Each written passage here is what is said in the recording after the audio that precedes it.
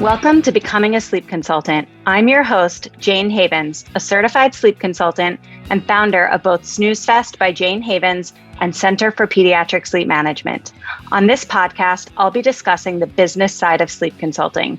You'll have an insider's view on launching, growing, and even scaling a sleep consulting business. This is not a podcast about sleep training. This is a podcast about business building and entrepreneurship.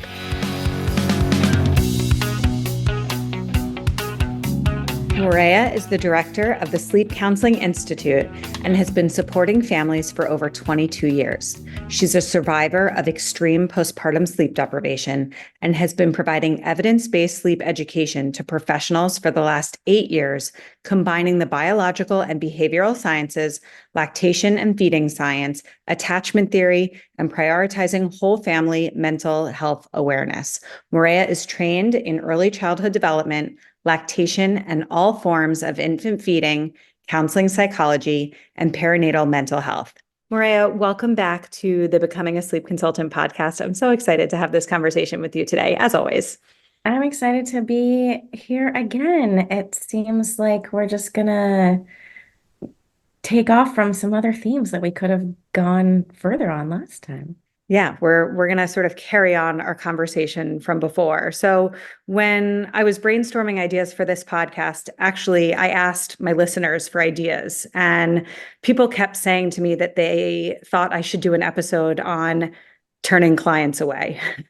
And I thought this was actually a really great topic because I think for many sleep consultants, it feels really hard to turn business away, especially when you're first getting started. So first of all, thank you for being willing to unpack this one with me.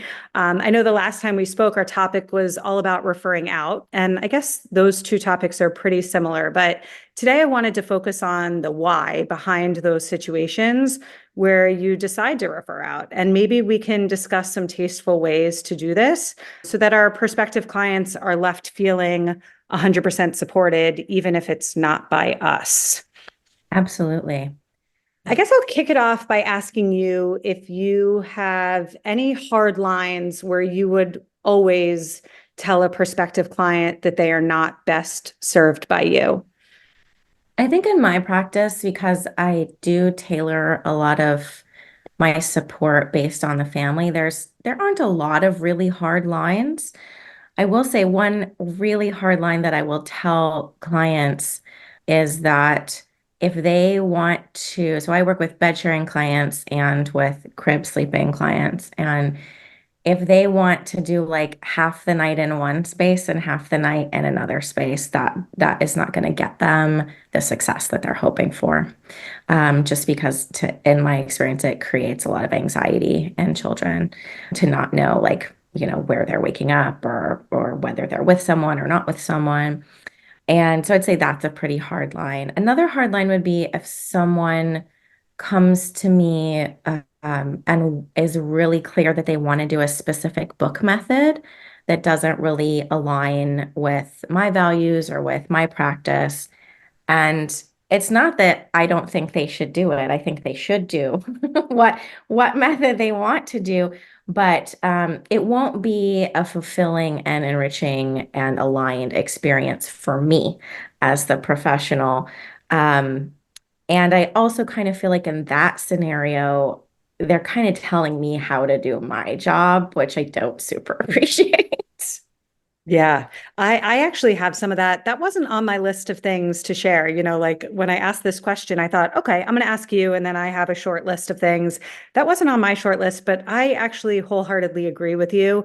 I have a lot of families that come to me with 3 and 4-month-old babies, and they are reading that 12 hours by 12 weeks book, which literally is the only book that I've ever picked up that I feel so unaligned with. Like, I feel like all the baby books, they all say the same thing. It's like eat, play, sleep, 3-hour feeding schedule. Like they generally say the same thing. And this book just feels, a little bit out there for such young babies, and it feels really hard. That's what I'm always telling parents, like, sure, like you could probably do that, but it feels really hard. And I feel like I Yeah. can get you the same results in a way that will be easier and less stressful on you and your baby. So I'm constantly having to have conversations with parents about that. And, for parents who have already stretched their 8 or 9 week old baby to go 4 hours without a feed during the day, Mhm. it feels like a step backwards for them to like go to more frequent feeds. That feels like Absolutely. it feels to them like they're going in the wrong direction. Yeah. But it's the only way that I know how to help them is to make it an easier day, both for their baby and for them. So then I feel like we're not aligned because I don't feel like it can help them have a good day on a schedule that doesn't feel age appropriate for the baby. Absolutely. I think age appropriate, developmentally appropriate is so important in terms of how we support folks and keep our legal butts protected. And so it's really important that if we hear something like a family, another thing I had on my list was if a family tells me that they want to do like a more sped up process, which sometimes I can work with, or they have a younger baby who needs like more traditional quote unquote sleep training. But then they're also kind of telling me that there's some feeding challenges and maybe baby's like really low on the growth chart. That's another no for me. It's going to be like, well, I know you have this goal, but you also have this risky situation. So I'm probably not the right person to take on that risk with you. And in that situation, it's not that they shouldn't get help. They should get help with sleep, but in that situation, I'm more likely to refer out to someone who can be in home with them to get a better sense of like how much food this baby is actually getting and making sure to look at the baby and see like everything looks okay and tone is good and color is good and all of that. Okay, that's really interesting. I always separate teaching sleep from feeding. Like I always separate those two. So I feel like I can work on sleep with any baby. We're just still going to feed the baby. So, I guess my hard line there would be like if parents weren't willing to feed a baby that I felt like needed to be fed, Yeah, then obviously we'd have a problem. yeah. But I'm personally comfortable with teaching a baby independent sleep skills really at any age, as long as they're willing to feed their hungry baby, right? So I guess we're aligned there. My other, I don't know if these are like hard lines, but things that lead me to tell a client that I'm not a good fit for them are situations as sort of benign as a time zone difference. I personally don't like to work with families on the West Coast because I'm on the East Coast and I go to bed at 9:30 at night. And for my clients who are putting their babies or their toddlers to sleep at 8 or 8:30, that's 11 or 11:30 for me. And I'm just not cut out for it. And I feel like these parents deserve support at bedtime. And I just can't give it to them. I just can't. So I have people on the West Coast who I know will do a really great job, and I will send those families elsewhere and not feel bad about it at all. I know in the beginning I didn't want to turn business away. So I was staying up super late and like could barely keep my eyes open and was trying my best to support them and like falling asleep mid support. And like that's just not fair to our clients, right? Would you agree? I would so agree. And I would also say with that last bit you said, if we are not properly taking care of our sleep, then we're a bit of hypocrites, you know? Well, So that's it's how like, I felt. That's how I felt is like I actually really prioritize my own sleep. That's something that's important for me. My husband regularly survives on like 5 hours of sleep a night, and I have no idea how he does it. And I need 8 hours. That's what my body needs. And I can't survive on less. And here I am coaching families to establish healthy sleep hygiene in their homes. And I'm up until 2 or 3 hours past my bedtime. Like that's not fair to me.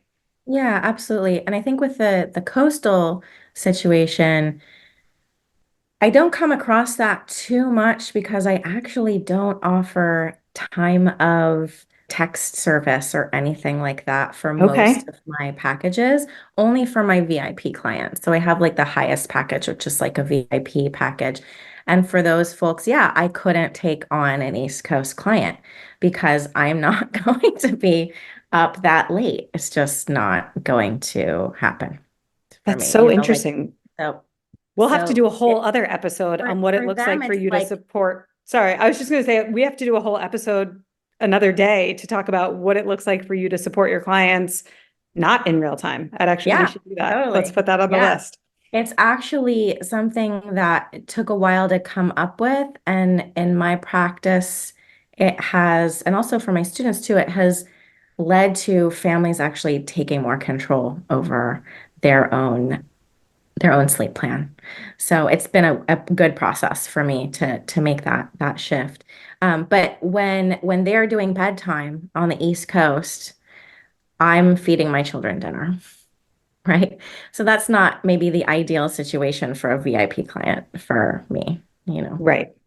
What about just when you get onto a discovery call with a mom or a dad and you just feel like you aren't jiving? You can't pinpoint the red flag, but you just feel like it's not entirely a good fit. Are you at the point in your business where you are making recommendations for them to work with somebody else, or are you taking the gamble? What does that look like for you?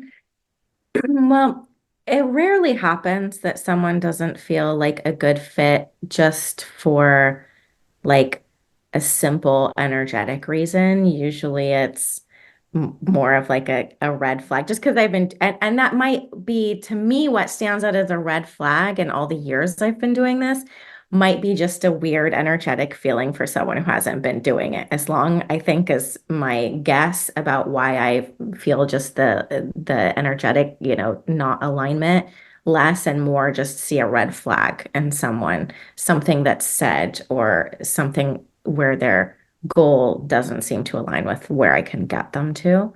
I would say that the most common feeling that I get on a discovery call, which I do for about 15 minutes, is when someone is pretty clearly struggling really hard with postpartum mental health challenges, which I work with quite a bit. I'm perinatal mental health certified and almost a marriage and family therapist right now. But if they don't already have a care team surrounding them for that parent who's experiencing mental health challenges, and it seems like things are really severe, and they also either don't have the family or hired support that can really get them through this process, or like a partner who can take over the sleep plan, or they just don't have the resources and they don't have the support and they don't have the care team, that's not going to be a good fit for my business. And sometimes it works out because I can help them find those people. And so that's where I kind of tend to try and start. But if then there's resistance about getting extra help, getting household help, giving over some nighttime childcare to the other parent, if they're unwilling to do that, which is so common with postpartum anxiety, like that like we as parents with postpartum anxiety feel like we can't give over any care to another adult. That's going to be really hard. If someone's really very upset and on just the 15-minute call is crying and then is also telling me, I don't think I can do this. I don't know if I can do this. I don't know if this is, if they're specifically telling me things like, I don't know if I can do it. I don't think I can do it.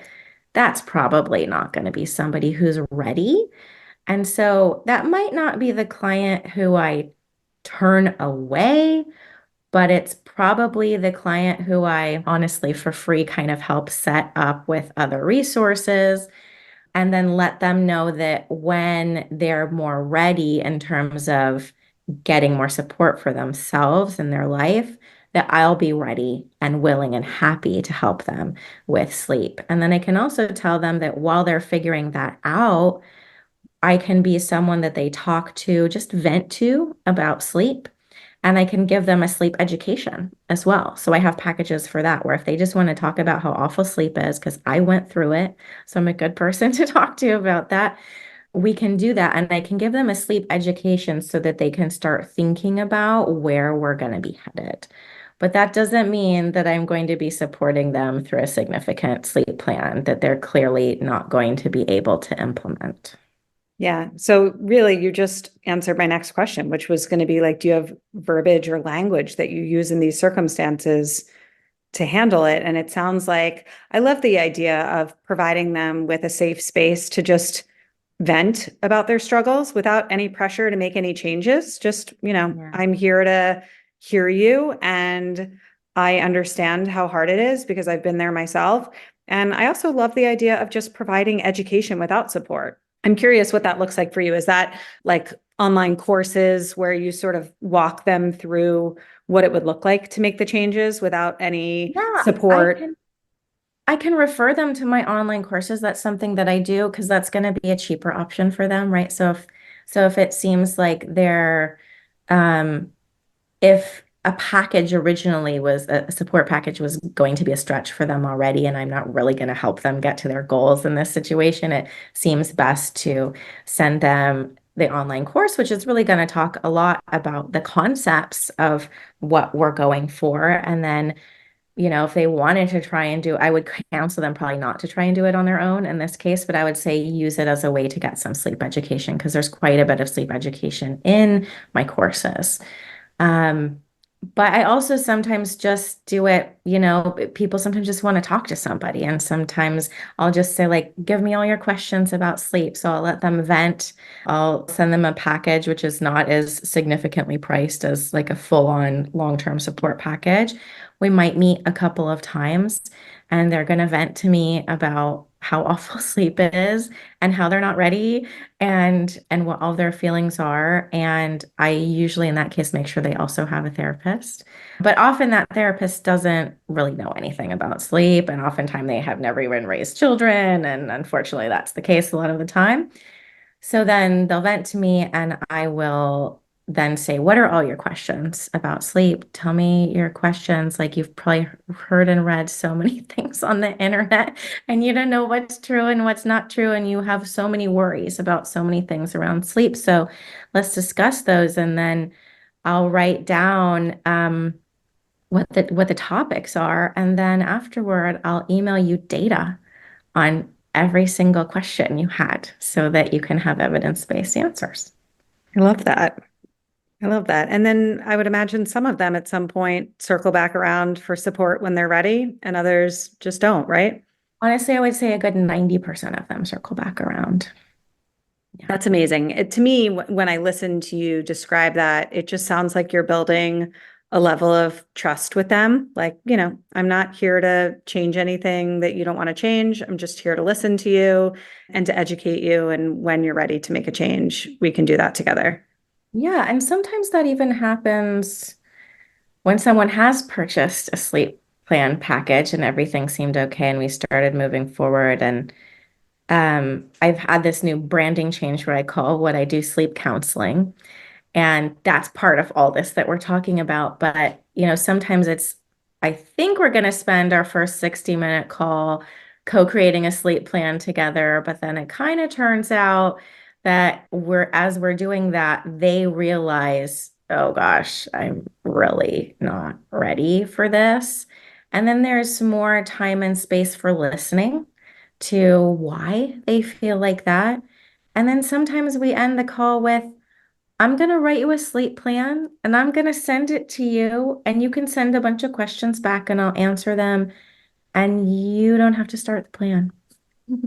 You don't have to start it. You can wait a little bit. If you wait 3 months or more, we're going to have to redo a new package. But if you can wait and then let me know later when you want to start night one. So that's something I think is maybe sometimes a little different in the way that I work, as I don't like, I'll start like a 2-week support time when they tell me that night one starts, not when, they signed up for it or Yeah. something.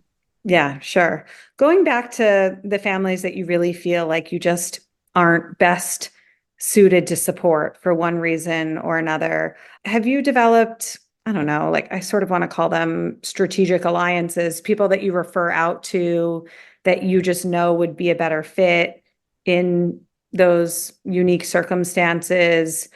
How does that look for you? Do you feel like what goes around comes around? If you're referring business one way, it comes back to you in another and you don't worry about it so much anymore?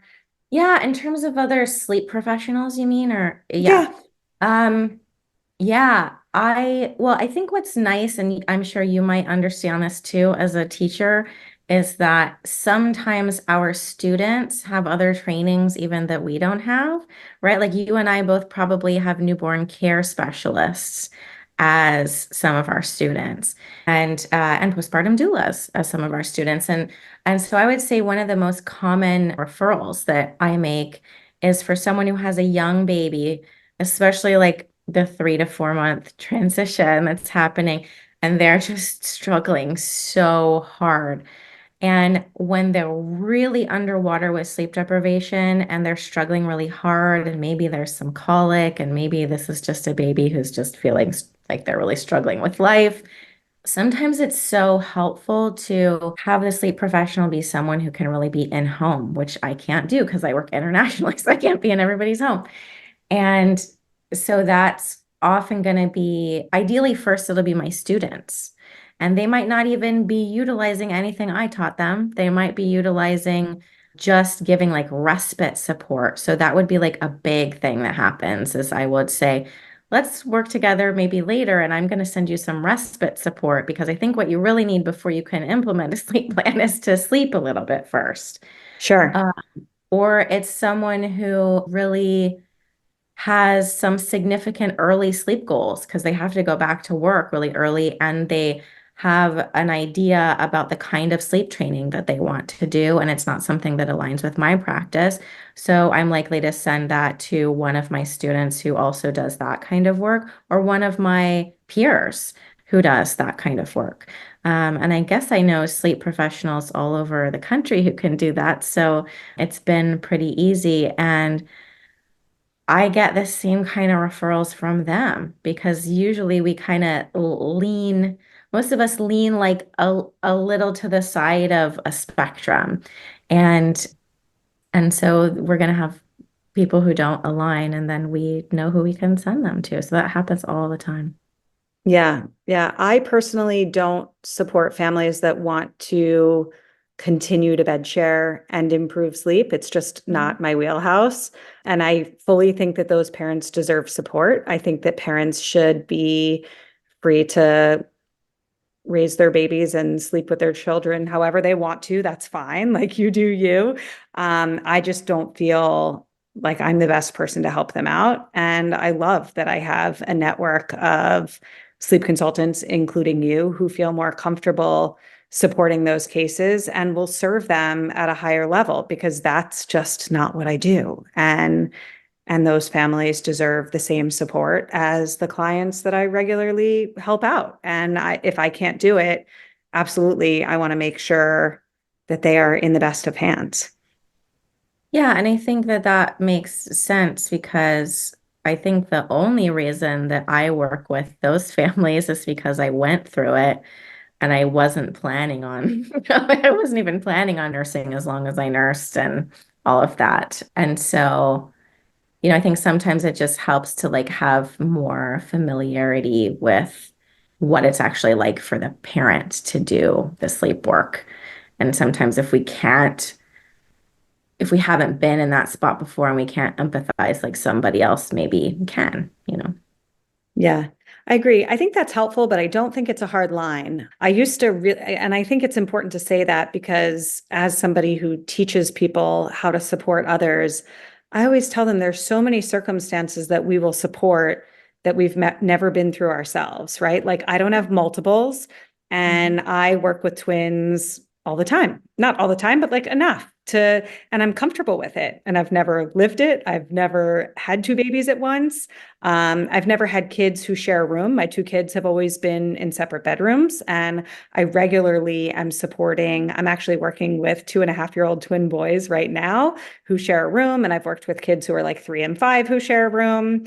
And I think sometimes these are major mental hurdles for sleep consultants where they want to refer out because they haven't personally had experience with it before. But I don't know. I think that we should all step aside and let somebody step in if we're feeling like we lack confidence and that we're really not going to be able to get our clients results. I think that that's really important. But as somebody who teaches others, I also think that there's a place and a time to jump in and try, and at least with my students, like lean on our community for support so that we can help you through it, you know? Yeah, definitely. I think I would agree with you on all of the instances that you just mentioned with like the twins and the figuring out how to share a room together and all of that. I think for me, what feels different about bed sharing is that when we have new professionals who are, let's say they're in your program and they're learning from you, my guess is that they're learning a set of principles.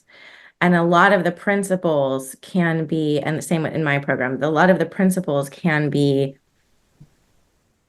taken from one scenario to the other because the situation is different and the details might be different, but the principles around behavior and stuff and how a parent shows up in the room, like those principles really carry over. And in my experience, a family who wants to stay bed sharing is going to need to operate under some like kind of different Different principles than the principles. usual ones, you know? Fair enough. Yeah. And so that's why it's like, okay, if you've learned those principles or if you have experienced working through them yourself, it could go either way. You don't have to have been in that experience, but like it's a different set of principles. Yeah. I think that that's right. And I'm glad that you were able to articulate the difference because I think that that's exactly right. As you've sort of gained experience in your career, I would imagine you're way more comfortable making these calls, seeing it from a mile away, whether or not it's going to be a good fit for you, whether you're going to be able to fully serve those clients or not. Is that a way easier decision and like something that you can pinpoint and see than if you were to look back, Oh my goodness. however many years ago? Oh my goodness, yes. I just had a call with my students where it was like the first call of our quarter, and we talk about fit and assessment. So we just got through with this, and I can even share with you like one of the like case study emails if you want that Yeah, where sure. where I because you and I can only do so much to teach what some of the red flags may be that have come from our practice. And then still, what I told them was they're going to need to learn some hard lessons, right? Because even if we tell them, like, especially when new professionals are getting out there trying to make a name for themselves, yeah, of course, we're not wanting to turn down clients. And we probably need the money as well, right? And so sometimes it just takes like getting through that experience to then really know, oh, I wish I hadn't taken that one because I did have a feeling about it right away. So, yes, absolutely. It's so easy for me now to know who's going to be the right fit. And I would say I only recently have like one instance in the last few years of someone who wasn't the right fit, and I sadly took them anyway. But it's super easy now. And for our students, it's not going to be super easy to know right away. And it is a learning process and it is trial by fire sometimes. Yeah. So are you willing to share? Yeah. So this was an email from Yeah, a share it. prospective client, and I changed the names so that I could share it with my students. I thought it'd be fun to share it on your Please podcast. do. Okay, so it goes like this.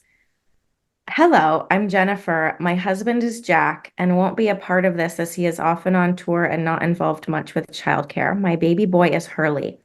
With the help of overnight nannies, we did a sort of cry it out, Ferber with longer periods with our first two children, and it was easy. But our new baby is 10 weeks and immediately cries whenever I lay him down. So I can't do our regular method.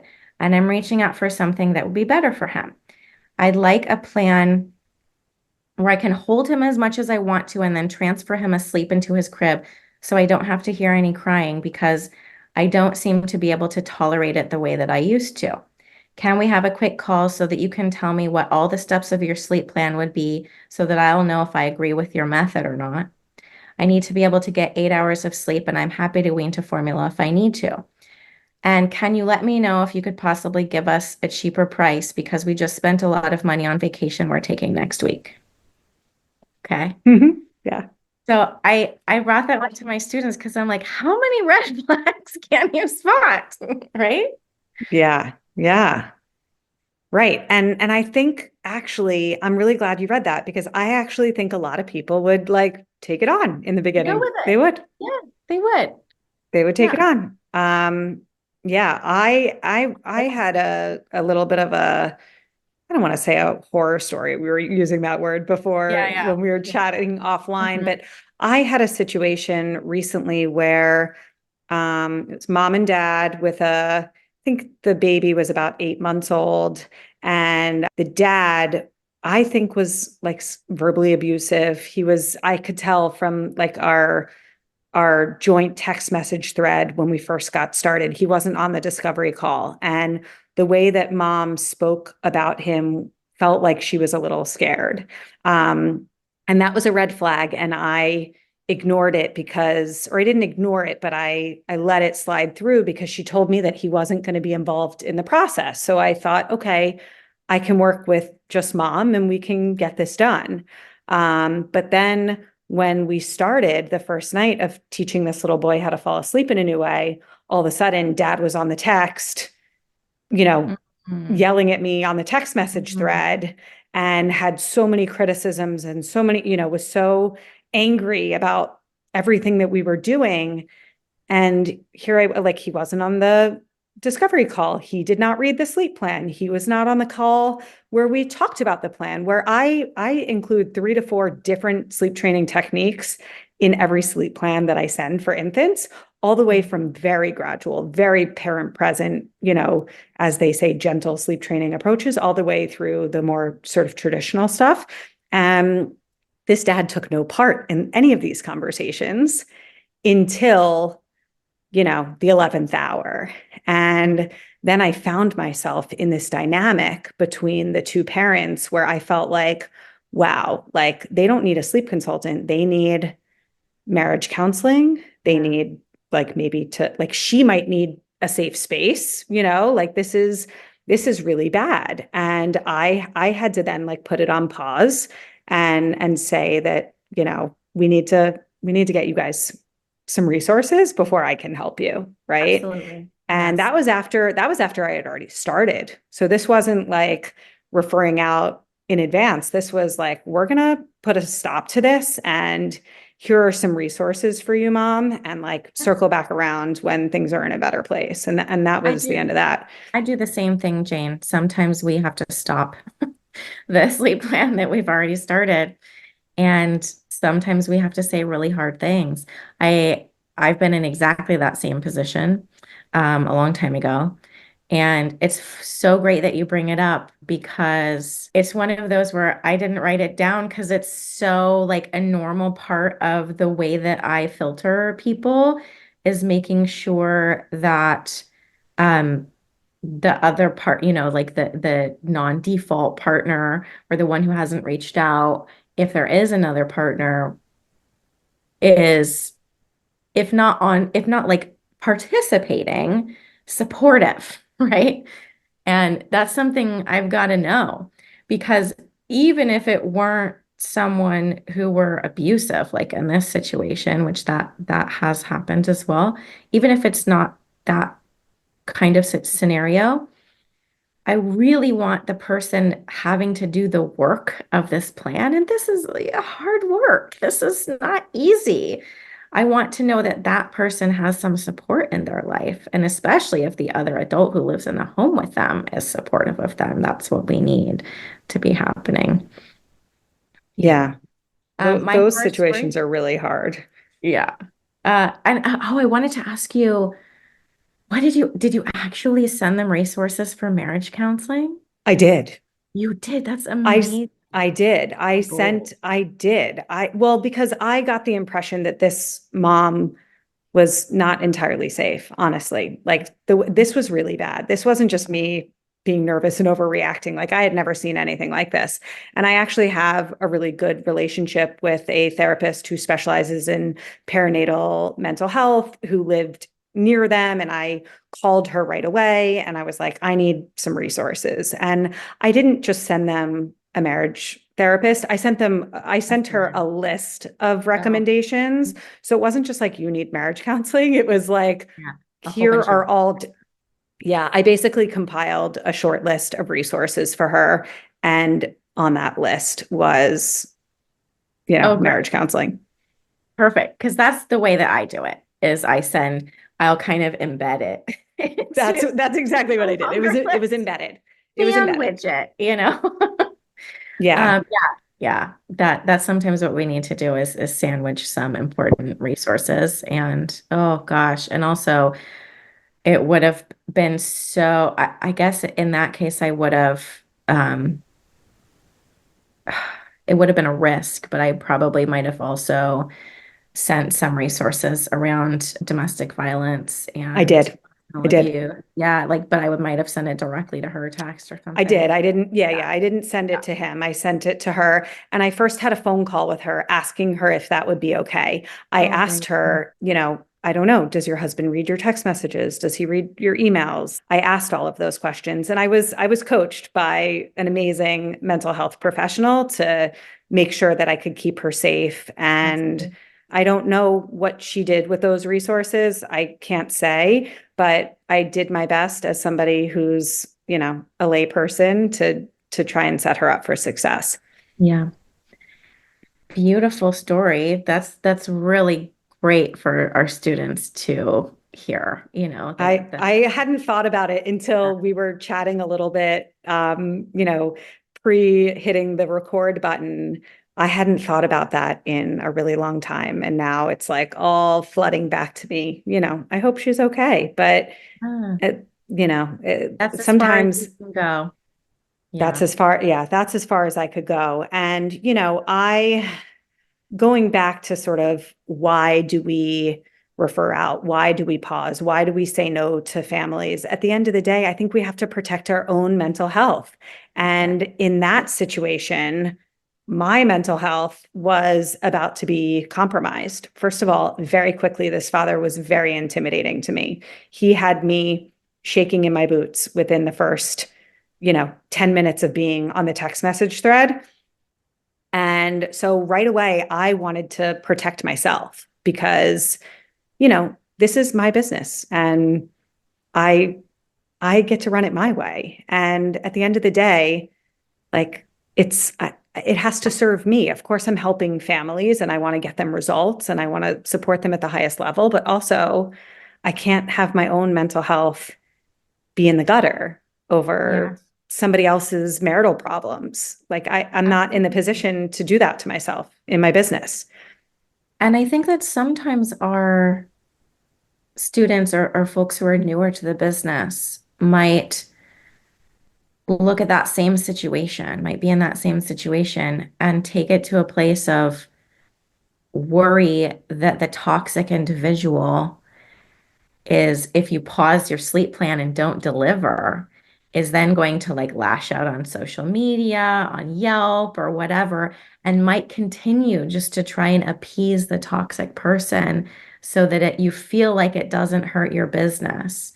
So I think it's really important to have the kind of confidence that Jayne has had, in that situation to be able to know, no, ethics and principles and taking care of yourself has to come before all of your worries about a bad review. They have Yes, to come before. absolutely. Before we wrap up, I think we got to like bring it home on a more positive note. I since I just shared my horror story, I I didn't think it would really be share my horror story yet, though, I Jane. know. Okay, fine. You want to share your horror story? You share your horror Let me story. quickly share my horror story, and then let's go to the positive. Okay, so my horror story is that this was just early last year. It came back into my head because I did my taxes. And I was like, oh, this is some weird numbers happening. Oh, I remember that. Um, so I had clients reach out to me because one of my old students was in a place in her life where she couldn't take on her friends as a client. And first off, I now know that I'm not going to take my students' friends as clients, right? But this is folks who I was told, she did have that the mom was struggling really hard, but did have two mental health professionals already supporting her, had a partner who was home most of the time. And so I took on these clients. And they had a baby who was about 3.5 months old, perfect time to do a bunch of sleep work. And she was extremely sleep deprived and had a bassinet by the bed. Okay, everything seems okay. We can do this. Everything went off without a hitch. The only thing was that I had a weird feeling. Like I knew mom was upset but this is the work that I do, right? She had postpartum depression and anxiety, but was getting treatment. There was a weird dynamic between mom and dad. He did show up on the call, but he was looking at his phone a bunch, but then would interject. And it seemed like he was alternately thinking she was wrong about everything and then alternately protecting her from trying to change anything. But the call kind of went okay, and we came up with a sleep plan together. I sent the tailored sleep plan for them. They said they were about to go on vacation. They would read it on the plane. I guess his way of supporting her was take her on vacation, but then you're taking the baby. So it's not really that easy, right? So that also could have been a red flag, right? Like vacation's not necessarily going to make it easier on this mom. And then they wrote me from the airplane and said, it looks perfect. We can't wait to get started. They were on vacation. Bad things happened on vacation. They didn't really tell me all the details of it. They came back and wanted to talk with me again because they had a bunch of questions about the plan suddenly. And I was like, okay, we'll do that. We'll get another Zoom call. I answered all their questions.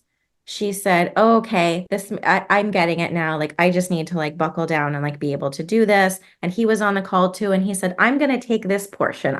And he actually said what he was going to do. Like, perfect. You're going to support each other. Um, and, but at the end of the call, um, he he turned to her and said something like, I don't really, I don't really know if you're going to be able to do this. I might have to do everything myself. And it felt kind of abusive, right? It felt kind of like she just said she's going to do it and you're going to help. And now you're telling her you don't think she can do it. And that, and the next thing I heard was, the next thing I heard from them was he emailed me. He's a lawyer. He emailed me and said, you're going to give me all of our money back. And I was like, what the heck? It's so weird. So weird. And I said, no, here's my refund policy. And I said, and if you don't want to go forward with the plan, here are a couple other ways you can use your investment with me. And I gave various options for the future, for toilet learning for the future. I gave right, like all the possible ways. I don't want you to feel like if you don't want to do this, that your money is wasted. It's a lot of money. So I sent that. And the next I heard was PayPal shutting down my account because he filed this like massive complaint that I wouldn't return his money. And it was a very long process. And I had every email to prove that I had delivered. And so after a long process, like first they took all my money out of my PayPal, took like all my money out of my account, wouldn't give me access. And then finally they eventually refunded. First they refunded him and then they had to take it out of him and like refund me again. And it all wound up being okay. But it's just another example, right? Of like one of those, like you just get the tiniest feeling or like something might be slightly wrong, but not super overt. And you either learn something or you just feel like, well, that was kind of a fluke. And I hope that never happens again. Even me and in my knowing what to look for, like it wasn't quite enough. And I still don't know what the dynamic was between them that led to all of this. But it was something between them. I don't think it had anything to do with me. No, I think it rarely does have anything to do with us. And I'm very impressed that you were able to get your money back from PayPal because I feel like Hard. PayPal always, always, always sides with the customer in my experience. They I do. really It's just actually that don't I use had PayPal for that so reason. much documentation. Yeah. That's amazing. Well, kudos to you. That's the positive on the negative right there is that you ultimately won. But in the spirit of this conversation, talking about when to refer out and when to send people in another direction, I'd love to give you a few moments to just share a little bit about your sleep consultant certification course, because while I would love to have all of the listeners enroll in CPSM, I recognize that different types of people are looking for different types of education. So tell everybody a bit about your training and where they can connect with you if they'd like to learn more about what you teach.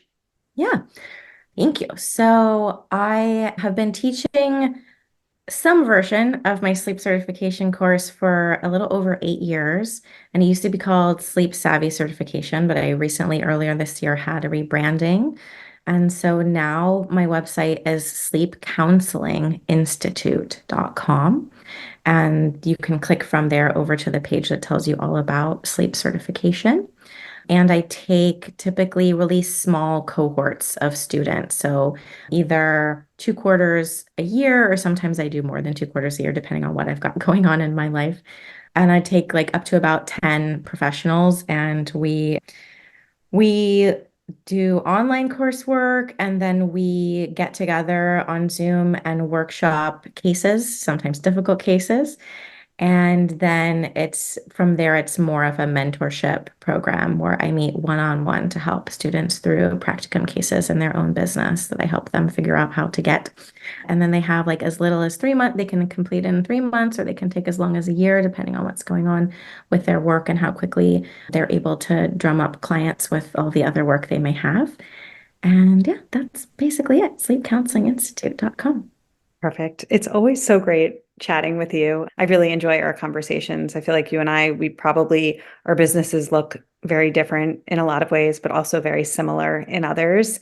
And we may coach different types of families in different ways, but also in many ways, I think you and I always sort of come back to the center and align on a lot of different things. And I always really appreciate that. I think that there's, room for all different types of support, and all different types of families deserve whatever support they're looking for. And I love being connected with a professional like you who can maybe take on some of the cases that are not best suited for me and vice versa. Same. I love watching your business flourish. Thank you. And I think that yeah, we have different ways that we practice, but we're very aligned on things like the ethics of making sure everybody gets the support that they need and want. Yeah. First and foremost, I think that that's always the most important. And I think that that's the key to growing a healthy business is really when you're looking out for the best interest of the people who you serve. And sometimes that means that you don't actually serve them yourself, right? That's right. That's absolutely Well, right. Sometimes it means that they actually need an occupational therapist and not a sleep consultant too. Yeah. right, right. Sometimes they need other supports maybe they need, you know, a marriage counselor, maybe they need an They OT, do. maybe they need, right? There are all sorts of things, breastfeeding support, whatever it is, to make sure that these families are thriving and just like doing better than they were yesterday. I don't know, that's what it's about for me. Well, thank you as always. Thank you so much for listening to this episode of the Becoming a Sleep Consultant podcast. If you enjoyed today's episode, it would mean so much to me if you would rate, review, and subscribe. When you rate, review, and subscribe, this helps the podcast reach a greater audience. I am so grateful for your support. If you would like to learn more about how you can become a certified sleep consultant, head over to my Facebook group, Becoming a Sleep Consultant, or to my website, thecpsm.com. Thanks so much, and I hope you will tune in for the next episode.